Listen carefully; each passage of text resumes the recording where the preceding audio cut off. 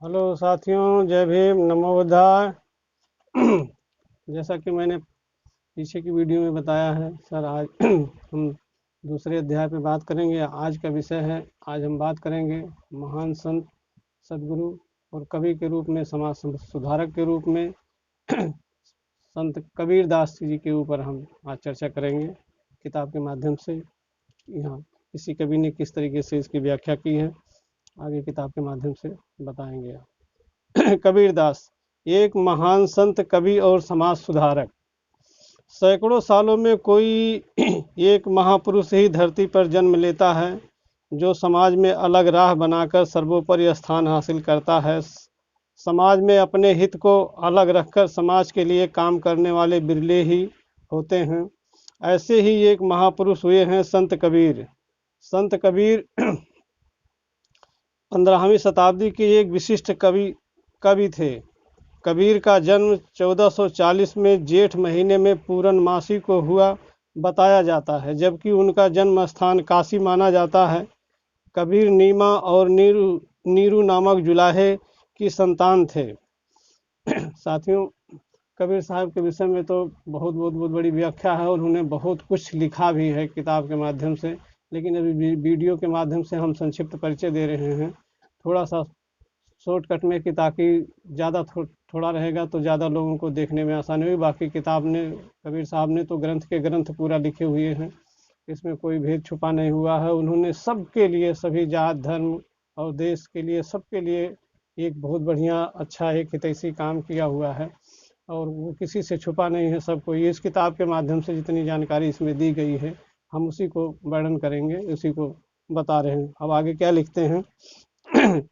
कबीर संत, कवि और समाज सुधारक थे। वे सिकंदर लोधी के समकालीन थे। कबीर का अर्थ अरबी भाषा में महान होता है। कबीरदास भारत के भक्ति काव्य परंपरा के महानतम कवियों में से एक थे। भारत में धर्म, भाषा या संस्कृति किसी भी चर्चा बिना कबीर के अधूरी ही रहेगी। अपने समकालीन संतों से इतर उन्होंने अपना अलग मार्ग बनाया और संतों में श्रेष्ठ संत कहलाए। जिस समय कबीर का जन्म हुआ था उस समय देश की स्थिति बेहद गंभीर थी। जहां एक तरफ मुसलमान शासक अपनी मर्जी के काम करते थे, वहीं हिंदुओं को धार्मिक कर्मकांडों से ही फुर्सत नहीं थी। पंडितों के पाखंडपूर्ण वचन समाज में फैले थे। संत कबीरदास हिंदी साहित्य के भक्ति काल के इकलौते ऐसे कवि हैं जो आजीवन समाज और लोगों के बीच व्याप्त आडंबरों पर कुठाराघात करते रहे। वह कर्म जो आजीवन समाज और लोगों के बीच व्याप्त आडंबरों पर कुठाराघात करते रहे, वह कर्म प्रधान समाज के पैरोकार थे और इसकी झलक उनकी रचनाओं में साफ झलकती है। कबीर की वाणी को हिंदी साहित्य में बहुत ही सम्मान के साथ रखा जाता है। गुरु ग्रंथ साहिब में भी कबीर की वाणी को शामिल किया गया है। कबीर की वाणी का संग्रह बीजक साहिब, बीजक नाम से है। बीजक पंजाबी, राजस्थानी, खड़ी बोली, अवधी, पूर्वी, ब्रजभाषा आदि कई भाषाओं में खिचड़ी है। कबीरदास ने बोलचाल की भाषा का ही प्रयोग किया है। भाषा पर कबीर का जबरदस्त अधिकार था। कबीर ने शास्त्रीय भाषा का अध्ययन नहीं किया था, फिर भी उनकी भाषा में परंपरा से चली आई विशेषताएं मौजूद हैं। हिंदी साहित्य के 1000 वर्षों के इतिहास में कबीर जैसा व्यक्तित्व लेकर कोई लेखक उत्पन्न नहीं हुआ। हालांकि तुलसीदास और कबीर समकालीन थे, पर दोनों के व्यक्तित्व में बड़ा अंतर था। दोनों स्वभाव, संस्कार और दृष्टिकोण में एकदम भिन्न थे। मस्ती, फकड़ाना स्वभाव और सब कुछ को झाड़ फटकार कर चल देने वाले तेज ने कबीर को अद्वितीय व्यक्ति बना दिया है। कबीर हिंदू मुस्लिम एकता के भी प्रतीक थे। कबीर के बारे में ज़्यादा बात करने से अच्छा उनके दोहों को सुनना होता है, जो जीवन को एक अलग ढंग से परिभाषित करते दिखाते हैं। कबीर साहब ने हर विषय पर चर्चा किया है और जिस समय उनका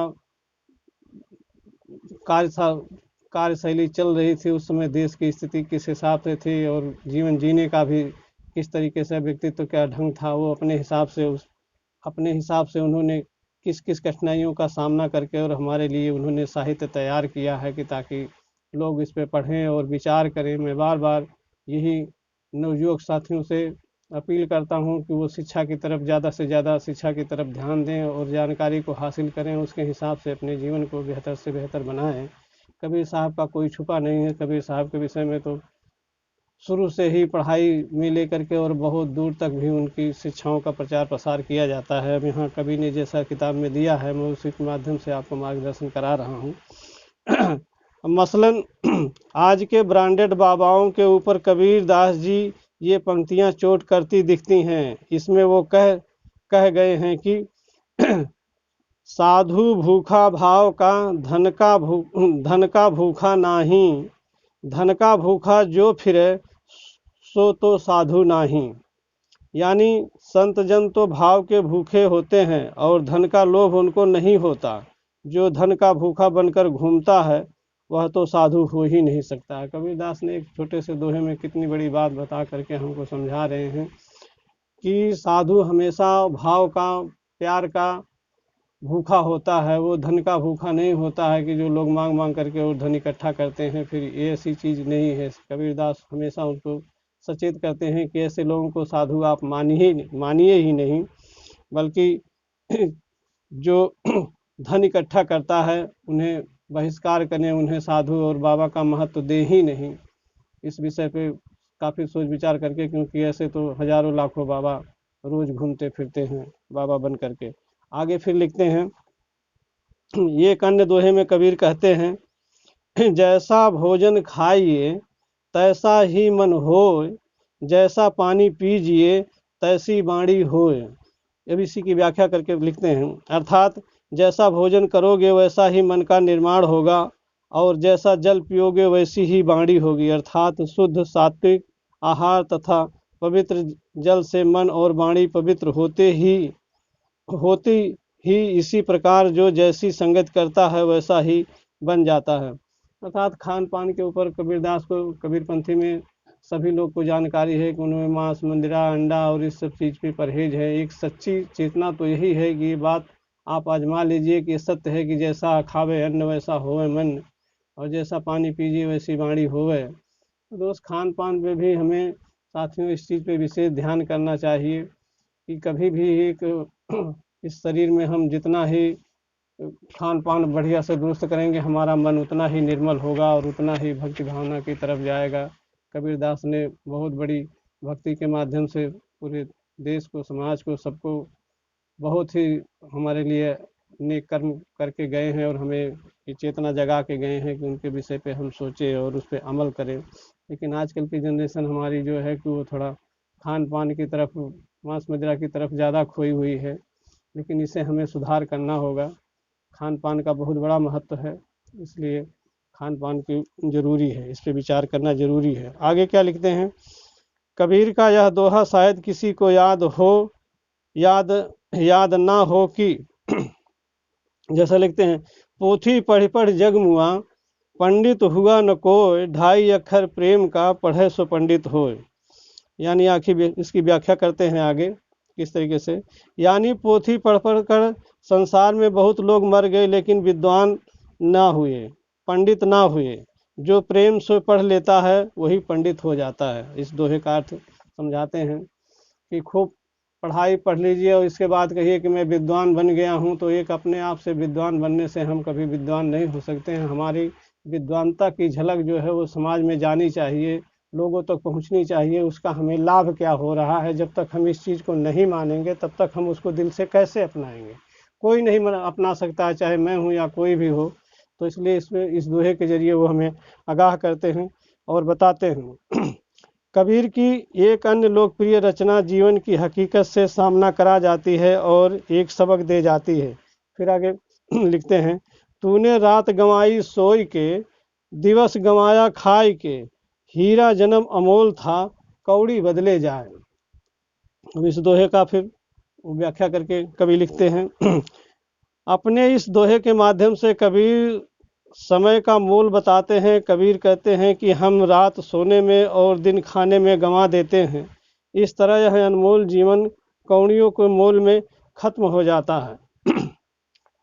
दोस्तों बताते हैं कि अगर हम कुछ दूसरा ना करें, सारा दिन अपने खाने कमाने और संसार की सारी वस्तुएं हम अपने संसारिक की कामकाज में ही लगे रहें, तो हम हमने अपने जीवन के लिए क्या कमाया। हम जिस काम के लिए मनुष्य जन्म में अवतार लेकर के आए, मैं बताना चाहूँगा कि हमने अपने लिए क्या कमाया। इस धरती पे आकर के बेटा बेटी के लिए धन इकट्ठा किए, मान शोहरत और सम्मान सब इकट्ठा किए, लेकिन ये सब कोई हमारे अपने निजी काम के लिए नहीं है, ये हमारा अपना निजी कोई काम नहीं है, हमने तो ये दूसरों के लिए कमाए।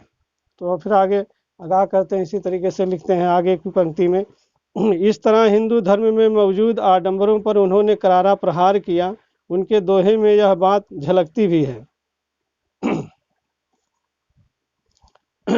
आगे लिखते हैं, पत्थर पूजे भगवान मिले तो मैं पूजूं पहाड़। अर्थात कबीर साहब एक पंक्ति में समझाते हैं, बताते हैं कि आज की जो हमारा जो समय है, आज भी है और पीछे भी था, कि लोग जो है पत्थर को भगवान मान करके उस पर खूब पूजा पाठ और अपना भाव, उस पर व्रत उपवास सब कुछ करते हैं। तो उसके विषय में उन्होंने एक लाइन में इसमें मिला है, सब समझाते हैं। अर्थात अगर पत्थर पूजने से भगवान मिल सकता है तो मैं फिर पहाड़ पूजूंगा। पहाड़ से बड़ा पत्थर कौन सा हो सकता है। घरों में लोग, हमारी ये परंपरा है, आज भी मौजूद है साथियों, कि हम छोटे से पत्थर लेकर के उसमें पूजा पाठ करते हैं और उसको भगवान मान लेते हैं।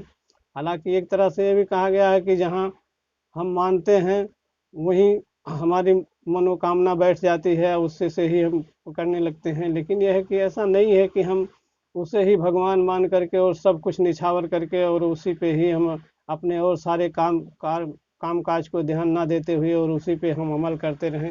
ये कोई बहुत अच्छी बात नहीं है। कबीर साहब ने पहले भी इस पे विचार किया है और आगे मानते हैं, समझाते हैं।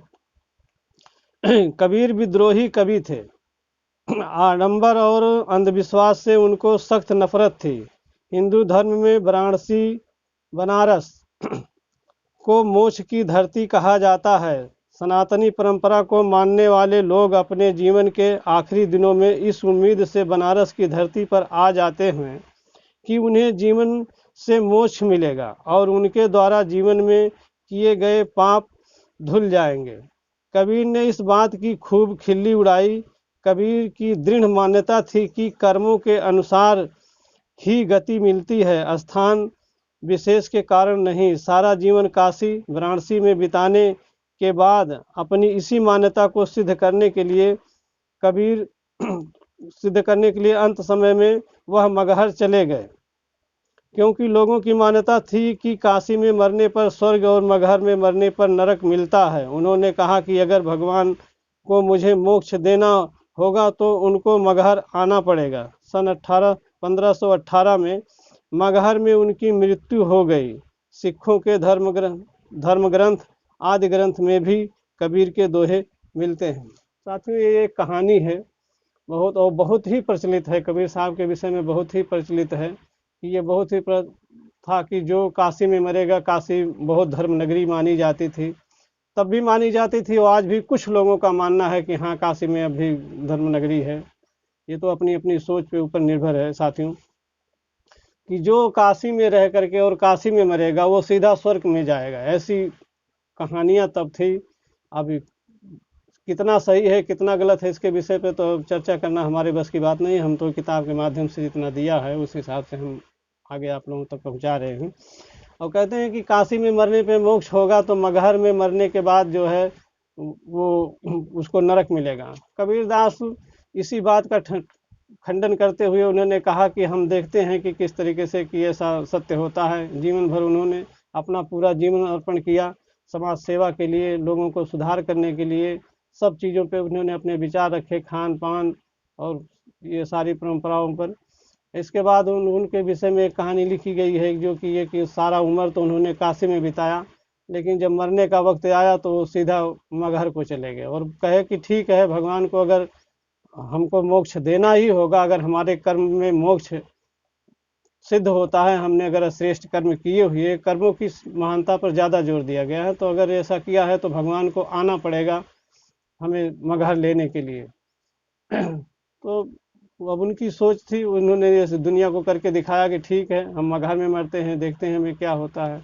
वीडियो ज़्यादा लंबी हो जाने से अब आगे इसी बात को यहीं विराम लेते हैं। आगे की वीडियो में फिर हम दूसरे अध्याय पर चर्चा करेंगे साथियों। तब तक के लिए सभी को जय भीम, नमो बुद्धाय।